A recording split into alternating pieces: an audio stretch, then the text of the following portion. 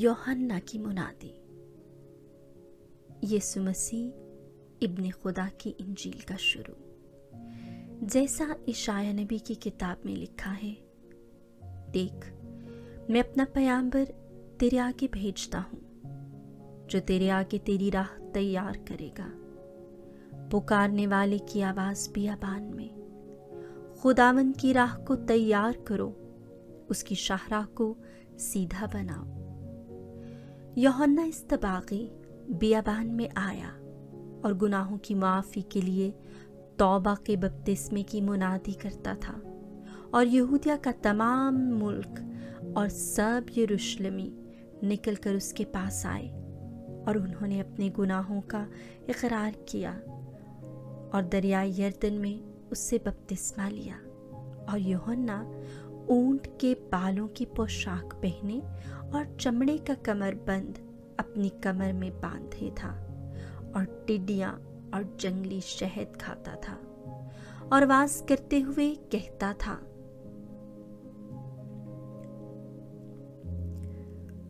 वो आता है जो मुझसे जोरावर है, और मैं इस लायक नहीं कि झुककर उसकी जूतियों का तस्मा खोलूं। मैंने तो तुम्हें पानी से बपतिस्मा दिया, लेकिन वो तुम्हें रूहुल कुद्स से बपतिस्मा देगा। इस्तबागी मसीह। और उन दिनों में ऐसा हुआ कि यस्सु ने जलील के नासरत से आकर उर्दन में यूहन्ना से बपतिस्मा पाया, और जो ही वो पानी से बाहर आया तो उसने आसमान को फटता और रूह को कबूतर की मानिंद अपने ऊपर उतरते देखा, और आसमान से आवाज आई, तू मेरा बेटा है अल महबूब, तुझसे मैं खुश हूं। आजमाइश मसीह। और रूह ने फिलफौर उसे बियाबान में भेज दिया, और वो बियाबान में 40 दिन शैतान से आजमाया गया, और जंगली जानवरों के साथ रहा, और फरिश्ते उसकी खिदमत करते थे। इलानिया जिंदगी का आगाज। यूहन्ना की गिरफ्तारी के बाद यीशु जलील में आया और खुदा की बादशाही की खुशखबरी की मुनादी की, और कहा कि वक्त पूरा हुआ और खुदा की बादशाही नजदीक आ गई है। तौबा करो और इंजील पर ईमान लाओ। और जलील की झील के किनारे किनारे जाते हुए उसने शमाउन और शमाउन के भाई इंद्रियास को झील में जाल डालते देखा, क्योंकि वो माहीगीर थे। और यीशु ने उनसे कहा, मेरे पीछे हो लो, मैं तुम्हें आदमगीर बनाऊंगा। और वो वहीं अपने जालों को छोड़कर उसके पीछे हो लिए, और वहां से थोड़ी दूर आगे बढ़कर उसने याकूब बिन जब्दी और उसके भाई यूहन्ना को भी कश्ती पर देखा, जो जालों की मरम्मत करते थे। उसने उन्हें फौरन बुलाया, और वो अपने बाप जब्दी को कश्ती पर मजदूरों के साथ छोड़कर उसके पीछे हो लिए। कफरनहूम का इबादत खाना। तब वो कफरनहूम में दाखिल हुए, और वो फौरन सबत के दिन इबादत खाना में जाकर तालीम देने लगा, और लोग उसकी तालीम से हैरान हुए, क्योंकि वो उन्हें फ़कीहों की मानंद नहीं बल्कि साहिब इख्तियार की तरह तालीम देता था। और उनके इबादत खाना में एक शख्स था जिसमें नापाक रूह थी, जिसने चिल्लाकर कहा, ए यीशु नासरी, तुझे हमसे क्या काम? क्या तू हमें हलाक करने आया है? मैं तुझे जानता हूं कि तू कौन है, कुद्दूस खुदा। यीशु ने उसे डांटा और कहा, चुप रह और इसमें से निकल जा।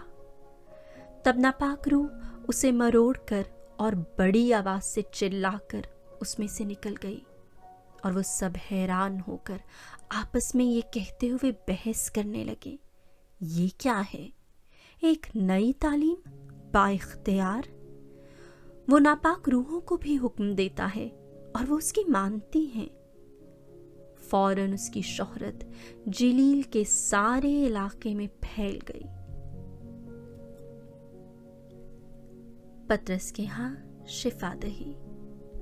और वो फौरन इबादत खाने से निकलकर याकूब और यूहन्ना के साथ शमौन और इंद्रियास के घर आए। और शमौन की सांस तप से पड़ी थी और उन्होंने फौरन उसकी खबर उसे दी। उसने पास जाकर उसका हाथ पकड़कर उसे उठाया और उसकी तप उसी दम उतर गई और वो उनकी खिदमत करने लगी। शाम को जब सूरज डूब गया तो लोग सब बीमारों और आसेब ज़दों को उसके पास लाए और सारा शहर दरवाजे पर जमा हो गया। उसने बहुतेरों को शिफा बख्शी जो तरह तरह की बीमारियों में मुब्तला थे, और बहुत सी बदरूहों को निकाला और बदरूहों को बोलने न दिया, इसलिए कि वो उसे पहचानती थी। दौराए जलील। और अली अल सबा पौ फूटने से पहले वो उठकर निकला और एक वीरान जगह में गया और वहां दुआ की, और शमौन और उसके साथी उसके पीछे गए। जब उन्होंने उसे पाया तो कहा, सब तुझे ढूंढते हैं।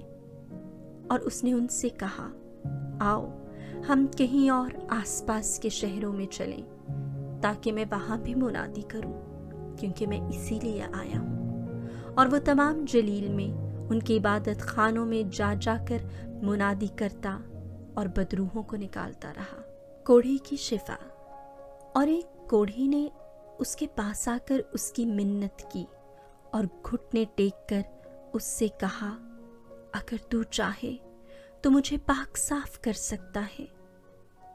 उसने तरस खाकर अपना हाथ बढ़ाया और उसे छूकर उससे कहा, मैं चाहता हूं कि तू पाक साफ हो जा। और ये बात कहते ही उसका कोढ़ जाता रहा और वो पाक साफ हो गया। और उसने उसे ताकीद करके फौरन रुखसत किया और उससे कहा, खबरदार किसी से कुछ ना कहना, बल्कि जा अपने आप को काहिन को दिखा और अपने पाक साफ होने की बाबत वो चीज़ें गुजरान जो मूसा ने इनकी गवाही के लिए मुकर्रर की। लेकिन वो बाहर जाकर इस बात को फैलाने और ऐसा मशहूर करने लगा कि यीशु फिर ज़ाहिरन किसी शहर में दाखिल ना हो सका, लेकिन बाहर वीरान जगहों में रहा और लोग हर तरफ से उसके पास आते थे।